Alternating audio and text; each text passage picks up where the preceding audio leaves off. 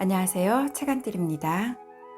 우리 사회의 고용 불안은 개인은 물론 사회적으로도 상처와 불행을 주며 여러 가지 문제점들을 야기시키고 있습니다. 오늘 여러분께 들려드릴 작품은 엄현주님의 불꽃 선인장입니다. 이 작품은 남편의 실직으로 인한 궁핍에서 벗어나고자 안간힘을 써보지만 여전히 힘든 현실이 되풀이되고 있는 지수의 삶에 관한 이야기입니다. 보험 설계사였던 지수의 어머니는 홀로 남매의 생계를 책임지며 어려울 때마다 선인장 화분을 사오곤 했었습니다. 지수는 어머니가 남긴 선인장을 보면서 선인장이 되는 환상에 빠져듭니다. 그럼 책안뜰과 함께 작품 속으로 들어가 보도록 하겠습니다. 유익한 시간 되세요. 불꽃 선인장, 엄현주. 마감 뉴스가 시작되었다. 지수는 리모컨으로 음향을 조절하다가 물 끓는 소리를 들었다. 그녀가 주방으로 갔을 때는 주전자에서 끓어넘친 물로 가스레인지의 불이 이미 꺼져 있었다. 주전자를 싱크대 위에 내려놓고 그녀는 가스레인지의 손잡이를 힘껏 돌려보았다. 새파란 불꽃이 화드득 피어오르면서 그녀의 얼굴에 뜨거운 기운을 내뿜었다. 화덕 쪽으로 숙였던 고개를 그녀는 본능적으로 들어 올리고서 비척거리며 몇 걸음 뒤로 물러났다. 그녀가 주방을 나와 거실로 갔을 때도 여전히 텔레비전에서는 뉴스가 나오고 있었다. 사흘 동안이나 계속되고 있는 경북 청송군 주황산의 방화범은 30대 주부였습니다. 남편의 실직으로 늘어나는 빚과 시어머니의 냉대에 못 이겨 화면은 순간 환한 빛을 내뿜었다. 마른 나뭇가지들이 일제히 몸을 가누며 붉은 불꽃으로 일어나고 있다. 번쩍이는 성강과 아우성을 내지르며 불꽃이 맹렬한 기세로 피어오른다. 무엇이 두려우랴. 그 어떤 것이든 다 없애버릴 수 있는 강력한 힘을 믿고서 불 속으로 던져버린 고통들. 그리고 찾아온 소멸의 편안함. 자신도 모르게 지수는 잠시 눈을 감았다가 떴다. 불꽃이 호련히 사라지고 없었다. 조금 전까지 앵커는 사뭇 의미심장한 투로 어처구니 없이 저지른 방화에 대해 말하다가 곧 어조를 바꾸어 일본과의 친선 경기에서 이긴 우리 축구팀에 대해 보도하고 있었다. 그녀는 화면에서 눈을 떼어 텔레비전 수상기 옆에 놓인 선인장 화분들을 하나씩 바라보았다. 멕시코, 브라질, 애리조나, 아르헨티나, 칠레, 페루. 산지가 각각인 그것들은 모양새도 갖가지다. 공 모양, 기둥 모양, 노제트형, 조상형. 보험 설계사로 20년을 보냈던 어머니는 자신의 직업에 대해 더 이상 견딜 수 없을 만큼 회의를 느낄 때면 보험회사를 때려치우는 대신 선인장 화분을 하나씩 사오곤 했다. 지수는 새로운 화분이 생길 때마다 어머니 몸속에서 가시들이 조금씩 더 돋아난다고 믿었었다. 하지만 임종 직전 어머니의 몸에서 지수가 보았던 것은 가시가 아니라 앙상한 뼈들이었다. 세상에 대한 분노의 가시들을 어머니는 살아남기 위해 더욱 깊숙이 뼛속에 감추어 두었던 걸까. 요즘 들어 지수는 어머니가 남긴 선인장들을 보면서 자신의 가슴에 가시들이 와박히는 아픔을 더욱 생생하게 느끼곤 한다. 어느새 앵커는 뉴스 보도를 마치고 편안한 밤이 되시라는 인사말과 함께 고개 숙였다. 지수는 텔레비전도 전등도 다 껐다. 약간 열린 안방 문틈에서 푸르스름한 빛이 흘러나오고 있었다. 컴퓨터의 모니터가 내뿜는 빛에 갇혀 푸르퉁퉁한 얼굴을 하고 있을 남편을 외면하듯 재빨리 안방을 지나 그녀는 아이의 방 앞에 섰다. 숨소리와 함께 낮은 울음소리가 들렸다. 성훈아. 지수는 황급히 방문을 열고 아이에게로 갔다. 코 고는 소리가 흡사 울음소리처럼 들렸던 걸 알아차리고 안도했다. 하지만 그녀는 추위 속에서 집 밖을 하루 종일 쏘다녀야 했던 아이의 고단함이 느껴져 곧 한숨을 쉬고 말았다. 제 또래 아이들이 속셈학원, 영어학원, 태권도 학원 등을 전전하는 동안 놀이터로 길 건너 공사장으로 뒷산 입구에 있는 공터로 돌아다녔을 아이. 이제 아이는 집만 아니면 어디서든 견딜 수 있는 모양이다. 늘 컴퓨터만 상대하는 아빠나 조용히 하라는 주의와 함께 때때로 폭탄처럼 울분을 터뜨리는 엄마가 있는 집이 당연히 싫었을 게다. 지수는 아이의 볼에 얼굴을 갖다 대었다. 까칠까칠한 촉감이 가슴속을 후비기 시작했다. 그녀는 두 눈을 꼭 감았다. 무조건 살아남아야 한다. 어떤 고통이나 재난이라도 이겨내야 한다. 어린 새끼를 위한 모성이 싱싱하고 푸른 잎을 가시로 바꾼다. 조금의 물이라도 더. 자신의 수액으로 어린 생명을 길러내기 위해 단 한 방울의 물이라도 더 빨아들여 몸을 느려야 한다. 가시를 단 몸은 자라기를 멈추지 않는다. 천장을 뚫고 하늘을 향해 끊임없이 치솟아 오르며 주변의 수분을 들이마신다. 드디어 한 그루의 사구화로가 된다. 사막 한가운데 10m가 넘는 키를 자랑하며 뿌리를 수십 미터씩이나 사방으로 뻗치며 늠름하게 서 있는 선인장의 왕 사구화로. 뿌리 속에는 넉넉하게 저장해둔 양분과 수분으로 어떠한 경우라도 새끼를 지킬 수 있으리라. 사구화로는 어둠과 추위가 엄습해오는 사막을 둘러보면서도 엷은 미소를 짓는다. 그런 다음 사막의 한복판에 긴 몸을 뉘고 가만히 눈을 감는다. 선인장은 푸른 꿈속으로 빠져든다. 복도 저편에서부터 들려오는 하이힐 소리가 심장의 고동소리처럼 지수의 가슴에서 울려나는 듯했다. 아침은 어김없이 찾아와 그 찬연한 빛을 마구 쏟아붓고 있었다. 창문으로 침입자처럼 쳐들어오는 햇빛을 피해 지수는 현관문 앞으로 다가갔다. 하이힐 소리가 문 앞에서 잠시 머뭇거리는 듯한 기척과 함께 아이의 칭얼거리는 울음소리가 들렸다. 하지만 곧이어 엘리베이터 멎는 소리와 동시에 모든 소리들이 삼켜졌다. 예리 엄마는 바로 전날 선언한 대로 더 이상 예리를 맡기지 않으려는 게 확실했다. 아무래도 100만 원은 너무 부담스러워요. 5만 원만 빼줘요.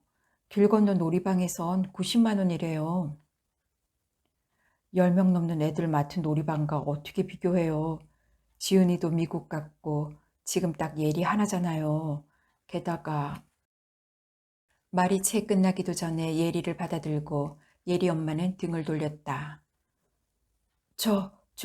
예리. 다급하게 불러 세우려는 지수의 목소리 위로 됐어요 라는 예리 엄마의 음성이 가볍게 날아들자 팽팽하게 재고 있던 줄이 툭 끊어져 버리는 듯했다. 지수는 순간 환한 빛을 내뿜으며 눈앞에서 불꽃이 일어나는 것을 보았다. 타오르는 불 속에서 자신의 몸피가 점점 줄어들다가 사라져 버리는 것을 느끼며 그녀는 몇 번이고 심호흡을 했다. 그러고 있는 그녀에게 아이가 달려들 듯 안기며 배고프다고 성하였다. 하루 종일 밖을 쏘다니다 돌아온 아이에게서 느껴지는 추위와 허기에 관심을 가질 기력조차 없었다. 끊어진 줄이 너풀거리며 그녀의 눈앞을 어지럽게 흔들고 있었다. 튀김 먹고 싶어. 응, 튀김. 빨리. 엄마 느린 법. 아이가 지수를 흔들며 재촉했다. 이미 바닥을 드러내고 있는 식용유병을 떠올리며 지수는 눈을 감았다. 결국 아이가 울음을 터뜨렸다. 지수는 아이를 끌어안으며 내일은 틀림없이 튀김을 해주겠노라고 약속했다. 아이의 머리에서 매캐한 냄새가 났다. 뒷산 공터 옆에 있는 쓰레기 소각장에 또 갔던 게 틀림없었다. 가지 말라고 몇 번이나 일렀건만 아이는 여전히 불구경을 즐기는 모양이었다. 이제 집안에서 마음대로 떠들어도 돼. 추운데 밖에 그만 다녀. 입학식이 며칠 안 남았잖아. 숫자 공부랑 글씨 쓰기도 좀 해야지. 지수의 말에 아이는 재빨리 엄마의 얼굴을 살폈다. 응, 이제 예리 안 맞기로 했어. 좋아하기는커녕 아이는 시무룩한 표정을 지으며 말했다. 그럼 이제 우리는 어떻게 해? 아이의 지나치게 심각한 말투에 돌연 지수는 크고 높은 웃음소리를 냈다. 계단과 복도에서 울려나고 있는 자신의 웃음소리가 비명소리처럼 들려 그녀는 현관문을 소리내어 닫았다.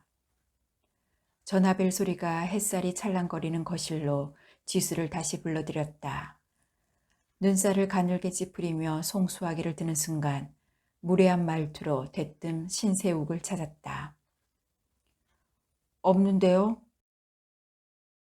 언제부턴가 남편의 이름을 들으면 그녀는 온몸에 소름이 돋으면서 그것들이 모두 가시로 변해버리는 걸 느끼곤 했다. 뭐라고 해봐라. 이 가시로 모조리 찔러버릴 테니. 무조건 없다고 하면 끝날 게 아니라니까. 참, 카드빚이 얼마나 무서운지 아직 모르는 모양인데 신세욱한테 전하쇼. 이거 사흘 내 해결 못하면 멀쩡하게 살아있긴 힘들 거라고. 어따 대고 협박이야. 사흘 내 해결할 수 있으면 벌써 했지. 지수는 악을 쓰며 소리 질렀다. 어랍쇼, 이 아줌씨가 배짱을 부려보겠다 이 말씀이 모양인데 이제 두 번 다시 전하는 일도 없을 거요. 바로 행동 개시에 들어갈 테니까. 저쪽에서 특별히 힘주어 말하는 행동 개시가 무얼 뜻하는지 헤아려 보기도 전에 전화는 끊기고 말았다. 찰카닥.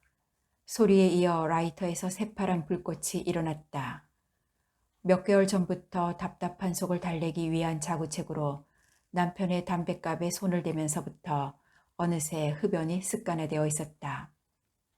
지수는 담배 연기를 깊숙이 빨아들이면서 베란다로 나갔다.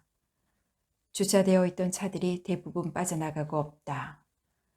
이미 출근 시간대가 지난 모양이었다.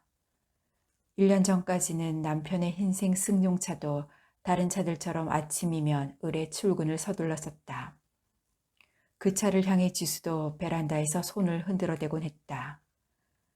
이제 그녀의 손은 해고를 당하고 하루 종일 컴퓨터만을 마주하고 있는 그의 온몸과 정신을 흔들어 놓고 싶은 충동으로 때때로 걷잡을 수 없이 떨린다. 모니터의 버튼이 반짝거리고 있었다. 또 끄는 걸 잊은 모양이었다. 지수는 잠들어 있는 남편을 내려다보며 혀를 찼다. 밤새워 그가 본 오늘의 운세는 어떻게 나왔을까? 바라던 새 문서를 받는다라는 말 따위를 아직도 기대하고 있는 걸까? 여기저기 그가 이력서를 넣고 연락 오기를 기다리는 걸 지켜볼 때만 해도 희망의 빛은 남아 있었다. 잠시 터널을 통과하는 중이라고, 곧 터널이 끝나면 환한 빛을 맞게 될 거라고 그녀는 믿었었다. 하지만 언제부턴가 오로지 컴퓨터만 마주하고 있는 그를 보면서 그녀는 깜깜한 굴에 영혼이 감금되었다는 걸 깨달았다. 할 수만 있다면 컴퓨터를 부수고 탈출을 시도해보겠지만 컴퓨터보다 자신이 먼저 박살날이라는 걸 그녀는 안다. 한숨을 내쉬다가 지수는 있는 힘을 다해 그를 흔들어 깨웠다. 마치 나가버린 그의 혼을 다시 불러들이기라도 할 듯이 그는 반쯤 뜬 눈으로 지수를 올려다보았다. 아무런 표정을 담지 않은 그의 맑은 눈이 마치 의안처럼 느껴졌다. 그녀는 흔들어 깨울 때의 각오와 달리 낮고 조용한 목소리로 말했다. 좀 일어나요. 카드 회사에서 또 전화가 왔어요. 이제 행동 개시에 들어간대요. 어쩔 셈이에요. 아, 미칠 것 같아. 당신까지 왜 이래? 제발 날 가만히 좀 내버려둬. 짜증스럽게 내뱉고 그는 이불을 도로 뒤집어썼다. 순간 지수는 머리 꼭지가 팽그르르 돌아가는 걸 느꼈다. 이불 자락을 획 낚아채며 지수는 발광하듯 소리쳤다. 가만히 내버려둬 달라고? 이 이상 어떻게 해줘야 가만히 내버려 두는 거야? 차라리 당신 말처럼 아예 미쳐버려. 미친 인간이겠거니 하면 보는 사람 마음이라도 편해져. 뭐야? 이게 이제 날더러 미치라네? 차라리 죽으라고 하지. 애 하나 봐주면서 기껏 얼마나 본다고 잘난 척이야. 온 집안에 애 울음소리나 들리게 하면서. 오죽하면 성훈이가 만날 밖으로 나돌겠어. 그렇게 잘났으면 당신이 나가 돈 벌어오면 되잖아.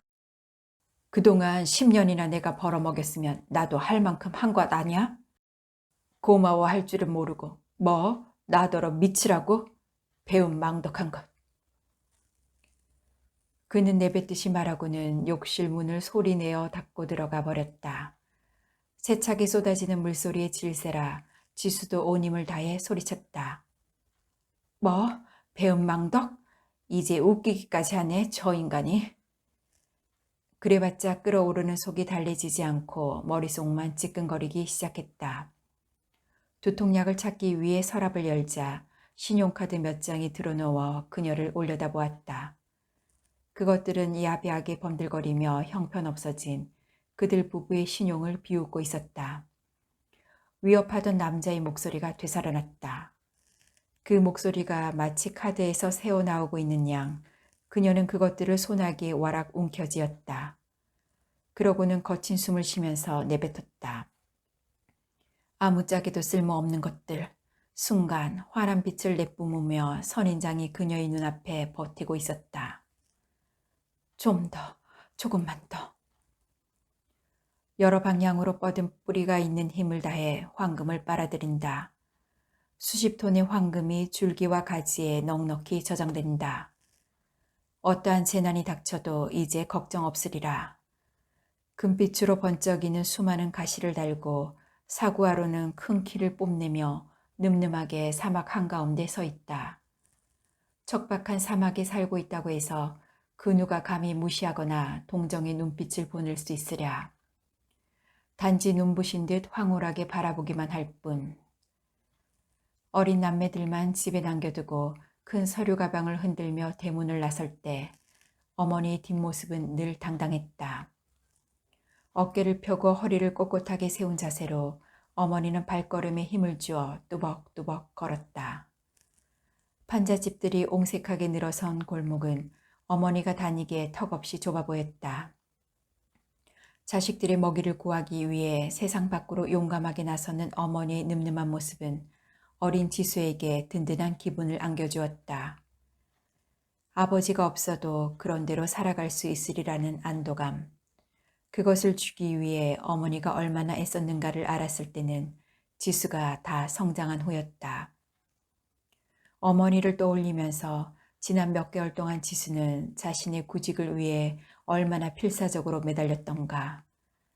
여기저기에다 살려달라고 소리치면서 보낸 입사원서들은 언제나 돌아오지 않는 메아리였다.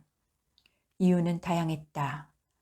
자격증이 없어서, 나이가 너무 많아서, 경력이 짧아서, 기혼녀라서. 대학 졸업하고 무역회사에 2, 3년 근무한 경험은 아무런 도움이 되지 못했다. 얼마 전에 그녀가 마지막 찾은 곳은 24시 편의점의 카운터였다. 이런 일을 해본 적 있어요? 해본 적은 없지만 별 어려운 일이 아니니까 할 수 있을 거예요. 주인 여자는 지수를 훑어보고는 한쪽 입끝을 약간 올리면서 삐뚤음한 웃음을 지었다. 그 웃음이 깨적지근했지만 자신을 거절하지 않은 것만도 다행이라 여기고 졸린 눈을 비비며 카운터를 지켰다. 밤 10시부터 다음날 아침 8시까지 10시간이 마치 10일처럼 느껴졌다. 하지만 그 10시간의 야근 근무가 남긴 것은 퉁퉁 부은 다리와 손해배상이었다. CCTV가 분명 작동되고 있었고 비록 졸린 눈이었지만 두 눈을 부릅뜨고 지켰는데 도둑을 맞다니. 지수는 도무지 믿을 수가 없었다. 결국 몇만 원의 손해만 보고 그녀는 고용도 되기 전에 그만두고 말았다. 부은 눈 위를 간지리는 아침 햇살을 맞으며 그녀가 집 안으로 들어섰을 때 남편의 넓적한 등이 컴퓨터를 마주하고 있었다. 그녀는 등을 후려치고 싶은 충동을 누르고 무조건 달려들어 전기 코드를 빼버렸다. 순간 뺨에서 번쩍 불이 나는 동시에 머릿속이 암전된 것처럼 깜깜해졌다. 샹! 깜짝 놀랐잖아. 컴퓨터가 고장난 줄 알았네. 광분한 그의 음성이 지수의 달아오른 뺨을 쥐어뜯었다. 그녀는 수없이 뺨을 문질렀다. 아, 재수없어. 도대체 되는 게 없다고. 회사나 집구석에서나 사람을 뭘로 보고. 그것들은 왜 날 잘랐을까? 그만큼 회사에 이윤을 많이 남겨주었으면 받들어 모시지는 못할 망정. 빌어먹을 새끼들. 너도 날 자르고 싶냐? 내 눈에도 이제 내가 우습게 보여? 그가 오이지처럼 쭈그러든 얼굴을 바싹 갖다 대고 따지려는 걸 피해 지수는 등을 돌리면서 중얼거렸다. 아니, 불쌍해 보여. 그리고 나자 그녀는 전신을 감싸며 확 불길이 치솟아 오르는 걸 느꼈다. 그녀는 활활 타오르는 불꽃에 온몸을 맡긴 채 가슴속의 분노와 증오가 사라지기를 가만히 기다렸다. 지수가 음식물 쓰레기를 밖에 버리고 돌아오는 동안에도 아이는 텔레비전 화면만 들여다보고 있었다. 앞에 놓인 그릇 가장자리 위로 허연 우유 자국과 함께 시리얼 몇 알이 말라붙었다. 먹을 거야 말 거야? 전화했어. 할머니가 좀 이따 오실 거래. 그릇을 치우던 지수의 손이 바르르 떨리다가 결국 그릇을 놓치고 말았다. 거실 바닥에 쏟아진 우유를 훔쳐내면서 그녀는 아이에게 조심스럽게 물었다. 엄마 바꾸라고 안 하시대? 기분이 어떠신 것 같아? 몰라. 그냥 온다고만 하셨어. 아이는 엄마의 심정 따위는 알 바 아니라는 듯 만화 영화를 보느라 화면에서 눈도 떼지 않았다. 시어머니는 아들의 실직이 그로 인해 생기는 모든 문제들이 오로지 며느리 탓이라고 침을 튀겨가며 말하곤 했다. 하도 답답해서 용하다고 이름난 데는 다 찾아가 봤다. 가는 데마다 어쩌면 똑같은 말들을 하는지. 원, 애비는 불이고 넌 물이래. 그러니 불이 꺼질 수밖에. 아까분 내 아들 어쩌다가 재수없는 걸 만나갖고. 그러고는 의뢰 몇 푼의 돈을 요구했다. 요구대로 돈을 주면 빨리 판을 마무리 짓기는 했다. 하지만 돈을 줄 수 없기 시작한 때부터는 거침없이 폭풍을 일으켰다. 집안을 순식간에 폭풍 속으로 몰아놓는 시어머니와 대결할 힘이 지수에게는 없었다. 지수는 서둘러 외출 준비를 마치고 현관을 나섰다. 엘리베이터를 타고 내려오면서 텔레비전 앞에 옹송그리고 있던 아이의 조그만 등을 내내 떠올리다가 그녀는 우편함 앞으로 갔다. 수많은 고지서와 독촉장, 제일 먼저 손에 잡혀오는 인터넷 사용료 독촉장을 들여다보며 지수는 회심의 미소를 지었다. 드디어 별 수 없이 컴퓨터 앞에서 물러나겠군. 사용료 낼 주제도 못 된다는 걸 이제야 알게 되겠지. 모자라는 인간 같은 이라고. 하지만 뒤이어 딸려 나온 아파트 관리비 독촉장에 지수는 이내 미소를 지우고 말았다. 23평의 공간 위에 곧 추위와 어둠을 덮치게 하리라는 무시무시한 위협 앞에서 인터넷 사용을 중지하겠다는 예고는 아무런 사건이 될 수 없었다. 시뻘건 불이 소리 없이 가슴속에서 일어나고 있었다. 그의 눈앞에 이 독촉장을 들이대고 소리라도 지른다면 타고 있는 속이 가라앉을까. 그녀는 부들부들 떨리는 다리로 아파트 문을 나섰다. 바람이 아직 차긴 했지만 숨죽이며 다가오는 봄의 입김이 느껴졌다. 슈퍼 입구에 붙은 정월 대보름맞이 행사 현수막을 보며 지수는 설진한 지 보름쯤 되었다는 걸 깨닫고 고개를 끄덕였다. 몇 시간 후면 보름달이 두둥실 떠올라 온 세상을 골고루 환하게 비추리라. 한 해의 안녕을 기원하며 주부들은 전날부터 오곡밥과 갖가지 나물들을 준비해 두었을 게다. 지수는 아침 대용으로 시리얼을 먹던 아이가 생각났다. 전날 튀김을 해달라고 보챘던 것을 아이는 이제 잊어버리고 있는지도 몰랐다. 파삭파삭하고 고소한 튀김이 오곡밥이나 가진 나물들을 대신할 수 있다면. 지수는 급하게 슈퍼로 들어가 식용유를 사가지고 나왔다. 비닐봉투를 한 손에 든 채 아직 달이 뜨기에는 너무 이른 하늘을 우러러보다 그만 헛발을 딛고 말았다. 그녀는 한없이 느리고 둔한 걸음으로 아파트 뒷산으로 난 길을 따라 올라가기 시작했다. 쓰레기 소각장에서 불길이 타오르고 있다. 흔들리는 바람에 모든 걸 맡기고 불꽃은 황홀하도록 아름답게 치솟는다. 가슴 깊숙이 다가오는 불꽃, 그녀는 잠시 숨까지 멈춘다. 타닥 타닥 불 속으로 사라져가는 것들이 가쁘게 내는 숨소리에 그녀도 신음처럼 낮게 소리내어 본다. 코끝에 매캐한 냄새가 와닿는다. 마치 아이가 가슴에 안겨오는 느낌이다. 불꽃의 아름다움을 아이는 벌써부터 알고 있었을까? 인부는 긴 막대기로 쓰레기들을 뒤적였다. 여기저기서 새로운 불꽃들이 일어났다. 그녀는 주머니 속에서 신용카드를 꺼내 불 속으로 던졌다. 쓰레기 더미 위로 떨어지는 순간 그것들은 형체도 없이 사라졌다. 그가 실직 상태로 있은 1년은 10년의 시간이 쌓아 올린 것들을 남김없이 다 빼앗아갔다. 얼마간의 저축은 물론이고 한 가정이 지켜온 가족애와 부부간의 신뢰와 자식에 대한 사랑까지 내놓을 게 아무것도 없지만 여전히 손을 벌린 채 험상궂게 버티고 서 있는 실직의 시간들을 지수는 이제 더 감당할 자신이 없다. 무엇보다도 그 한가운데서 헤어나지 못하는 그를 견디어낼 수 없다. 불꽃은 점점 사그라진다. 붉게 피어나던 꽃들이 마침내 모두 사라진 자리에 검은 재만이 주검처럼 남아있다. 행여 불씨라도 있을까? 인부는 막대기로 재를 몇 번 뒤적이다가 사라졌다. 지수는 절망처럼 시꺼먼 재를 내려다보다가 급하게 담배를 찾았다. 바람이 불어와 머리카락을 날리면서 라이터불을 자꾸만 흔들었다. 그녀는 이리저리 방향을 바꿔 겨우 담배에 불을 붙였다.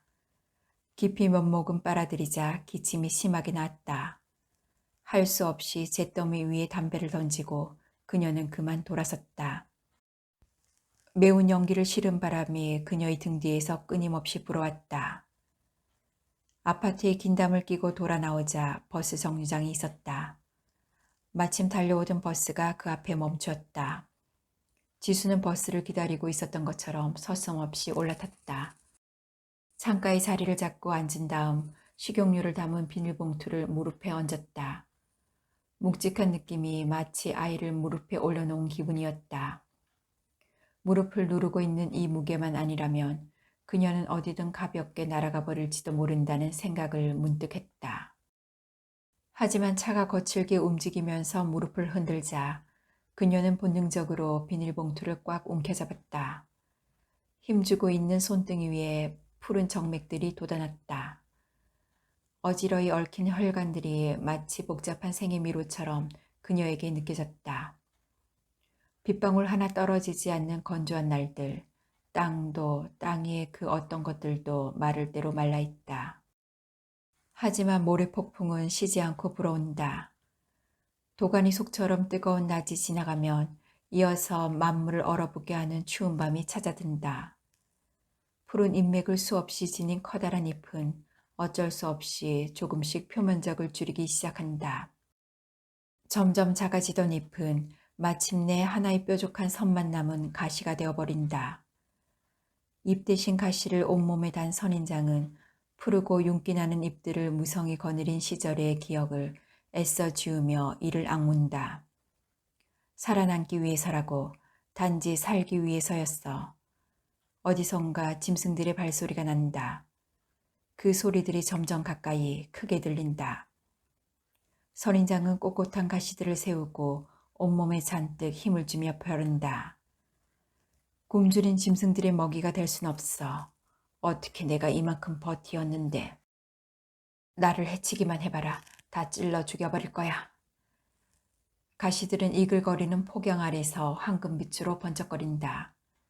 사막에 굶주린 짐승들이 선인장 가까이 다가가다 온몸으로 번쩍거리는 가시를 발견하고 그만 돌아선다. 선인장은 날카로운 가시들을 자랑스럽게 드러내며 사막 한가운데 서 있다.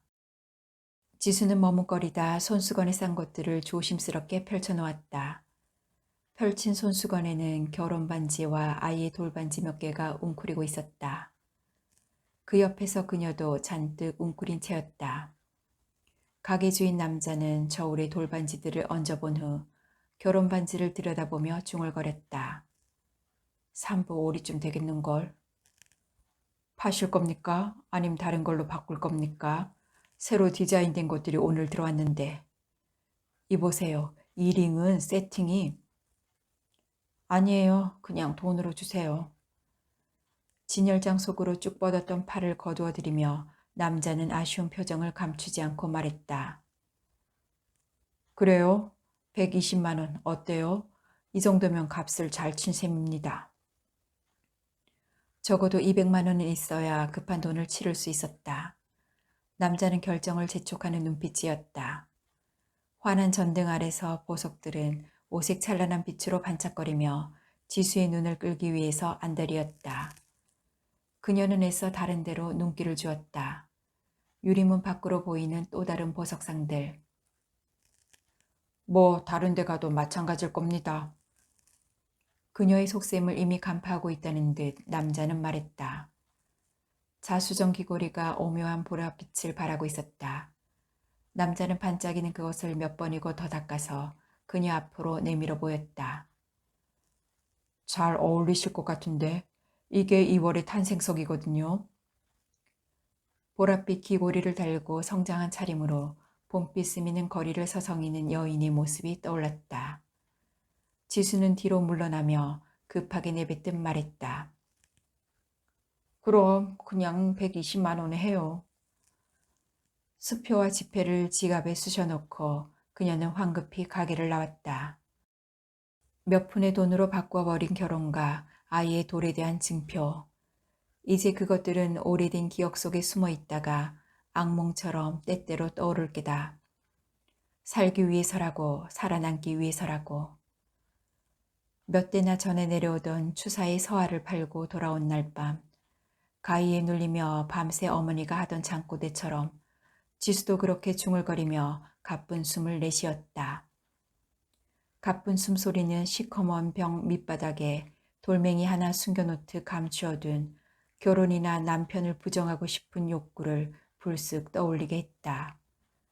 지수는 꽤 두툼해진 지갑을 있는 힘을 다해 손에 꼭 쥐었다.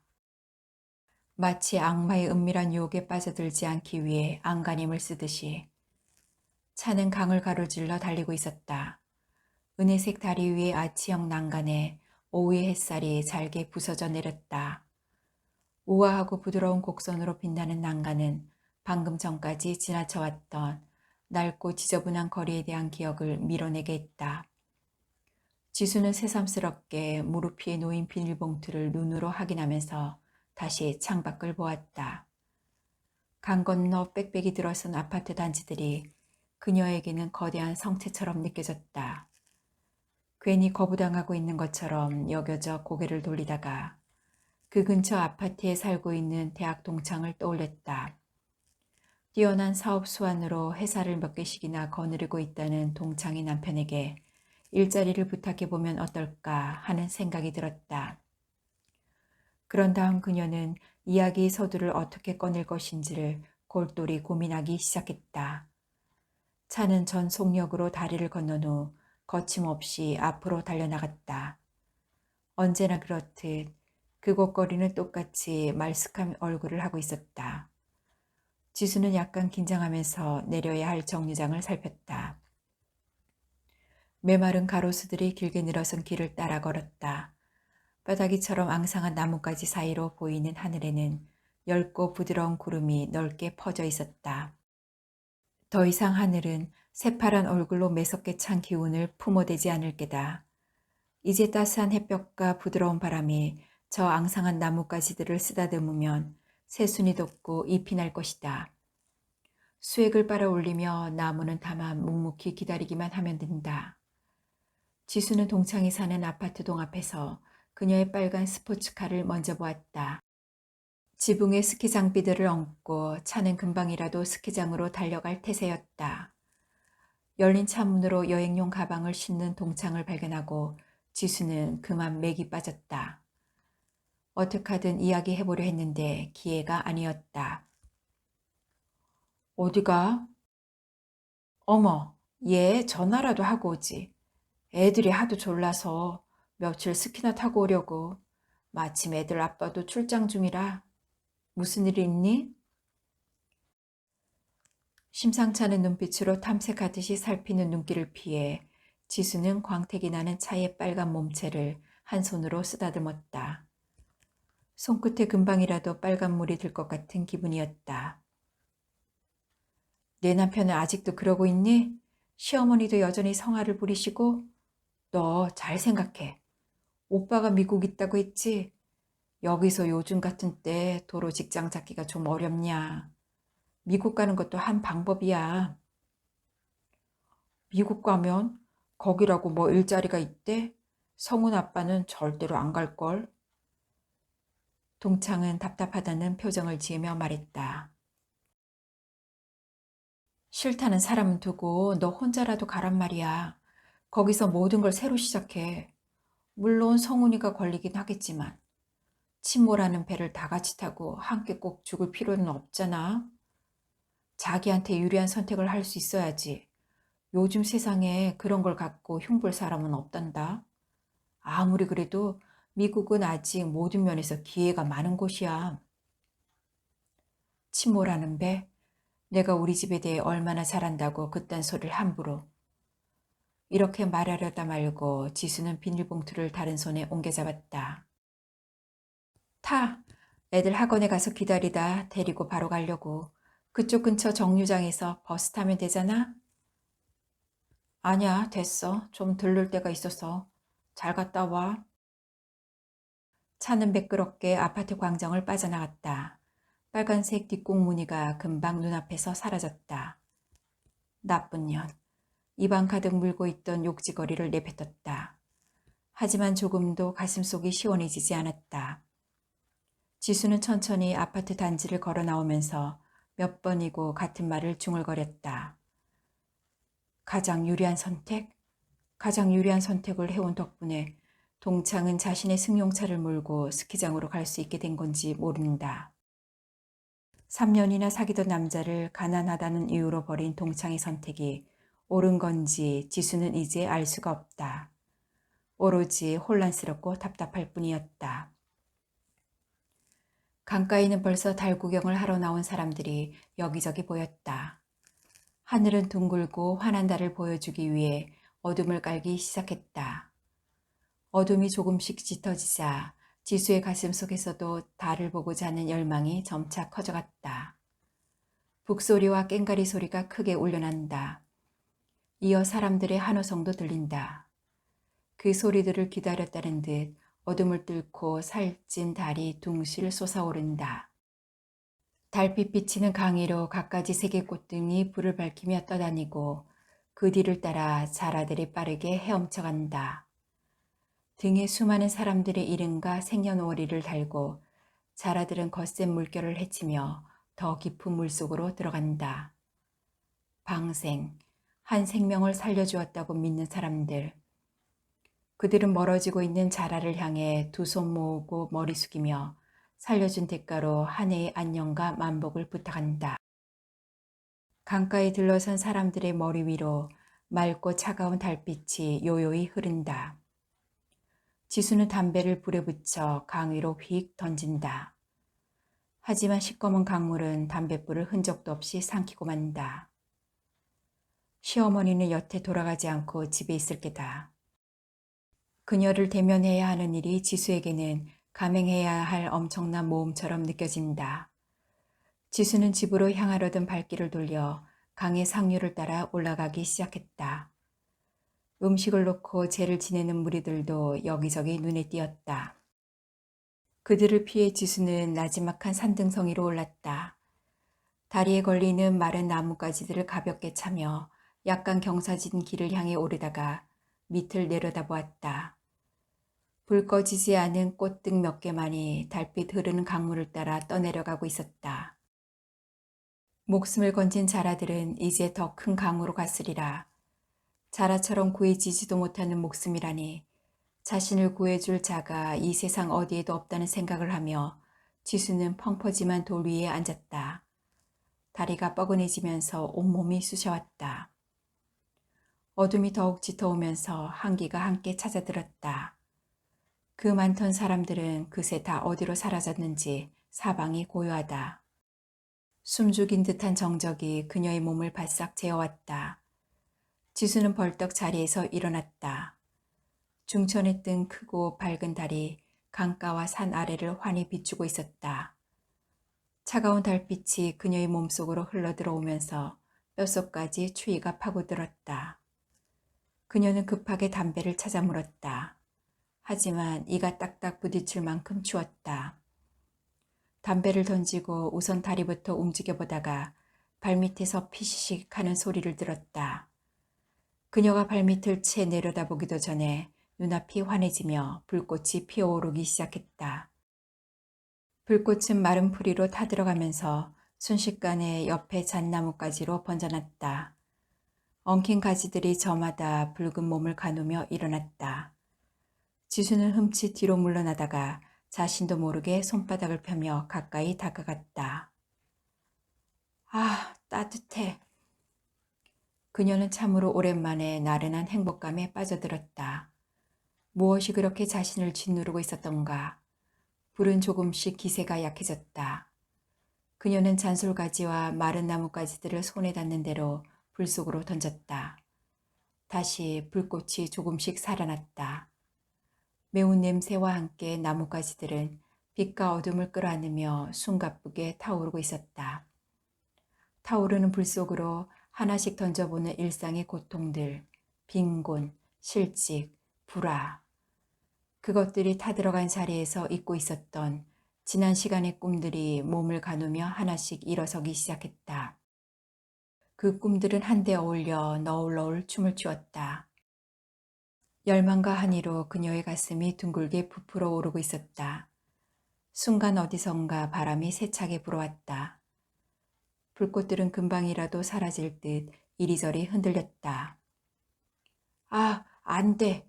지수는 다급한 손길로 비닐봉투를 열고 식용유 뚜껑을 땄다. 흔들리는 불꽃 위로 쏟아지는 기름, 또 한 차례 바람이 거칠게 불어닥쳤다. 불길은 맹렬한 기세로 치솟아 산등성이로 이어져 숲으로 번져났다. 눈앞이 대낮처럼 밝아졌다. 환한 빛 사이로 아이가 혼자 가고 있다. 아이는 언제 저기로 달려간 걸까? 성훈아. 지수는 타오르는 불 속으로 거침없이 뛰어들어간다. 아이를 가슴에 품으려는 순간 뜨거운 기운들이 그녀의 몸 여기저기서 황홀하게 아름다운 불꽃으로 피어난다. 언젠가 불꽃이 지고 나면 이 자리에 단단한 가시들이 새롭게 돋아나리라. 지수는 거친 숨을 내쉬다가 눈앞을 꽉 채운 사과화로를 본다. 불씨를 매단 가시들이 끊임없이 새롭게 돋아나는 사과화로. 모든 것이 다 사라지고 없는 황폐한 곳에 사과화로만 서 있다. 하늘에 닿을 듯한 키와 땅속 깊이 박고 있는 뿌리로 이 지상에 영원히 살아남을 사과화로. 그 어떤 고난도 이제 닥치지 못하리라. 부드러운 달빛이 사과화로 머리 위로 흐르고 있다.